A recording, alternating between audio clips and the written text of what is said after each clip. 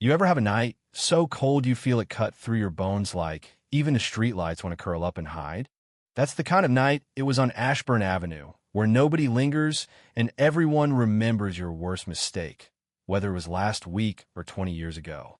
That's where I lived, in a neighborhood left behind by just about everything hope, money, mercy. My garage stood on the corner, the sign above it faded and peeling, but still legible if you squinted. Terry's Auto Repair, though my name's Derry Jackson. Most folks here just call me that guy, or if they thought I couldn't hear, the ex-con with the garage. I'd spent years trying to build something honest out of the rubble I'd made in my younger, dumber days. Paid for my mistake, kept my head down, and watched as people crossed the street rather than cross my path. You know what I mean? When your story's written on your face, every wrinkle a headline about the one thing you wish people would forget. I became a ghost people tolerated. At Halloween, kids skipped my steps, and teens swapped scary stories about me like I was some kind of monster. Made it easy to keep the porch light off. I got used to the cold, not just in the air, but in the way folks looked at me, like I was a busted taillight they just hadn't got around to fixing yet. So, there I was closing up the shop, grease still slick on my hands, when something fell off. Hard to say what, but the kind of quiet that's got teeth. The wind whipped around the old garage, and I was about to shut the door when I caught a twitch of movement near the broken bench under the street lamp, one even drunks and stray dogs avoided. At first I figured it was a stray, but then I saw it. A small shape, hunched and shivering. Didn't look right. Too little. Not the size of a man. Let me back up a sec. This neighborhood had seen enough misery for 3 lifetimes, but you didn't often see a kid alone after dark, especially not with the kind of cold that snaps bones. I stepped out, boots crunching on salted concrete, and got close enough to see the boy called have been more than 6, maybe 7. Blonde hair a mess, hoodie way too thin, hands red and curled tight. He tried to scramble up, panic in his eyes, but he just said no fight left. I knelt down, hands up like I was coaxing a wild animal. "Hey kid, I'm not gonna hurt you, you hear me? It's okay." He didn't answer, didn't even nod. His breath came out in ragged puffs, lips moving, but no sound. I could see right away this wasn't just a cold night gone wrong. This was trouble, the kind that follows a kid like a shadow. I carried him into the garage, weighed nothing. Set him by the heater on clean towels, wrapped him up tight, and poured cocoa in a chipped mug. He didn't drink it, just stared, silent as stone. That's when I saw the marks on his wrists, red and raw, the bruise on his collarbone. Not from falling, not from play. I knew those kinds of marks. My gut twisted. I wanted to call someone, anyone, but all I could think was, no one's going to believe me. Not with my record. I paced the floor, heart thudding, every instinct screaming call the cops, do the right thing. But I'd lived enough years on the wrong end of suspicion to know how it'd play out. Me in cuffs, headlines about the ex-con with the silent kid. Still, doing nothing, leaving him, there was an option. You want to talk about crossroads?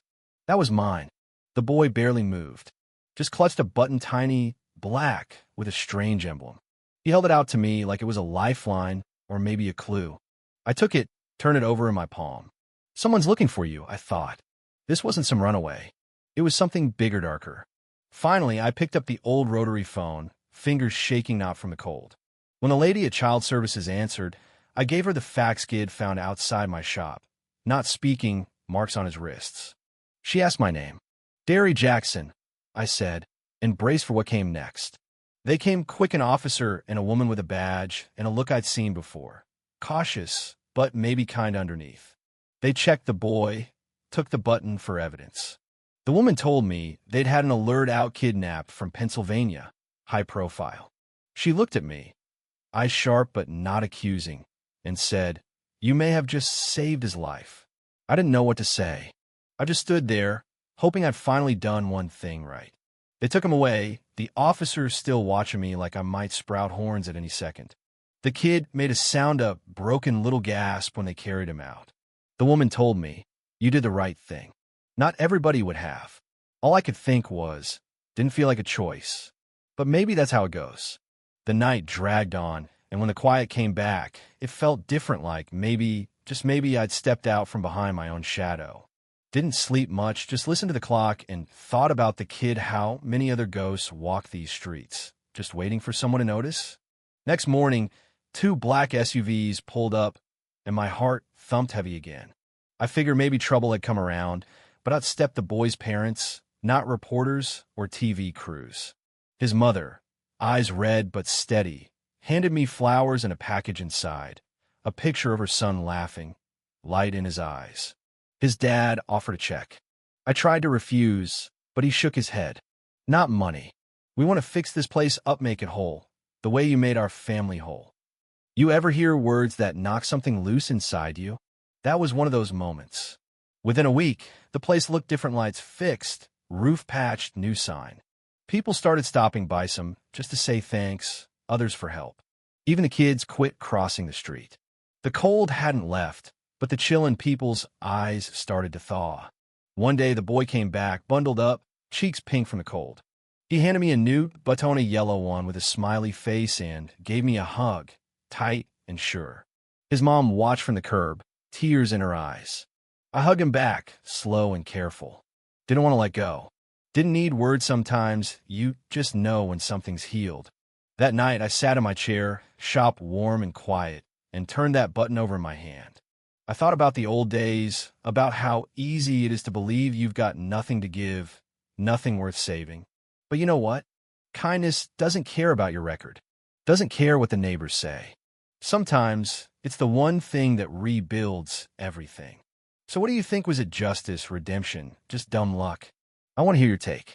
Drop a comment, let's talk right and wrong, what community really means. And hey, if stories like this mean something to you, don't forget to share, like, and subscribe. Sometimes the only way the world gets better is if we start talking about what it takes to get there.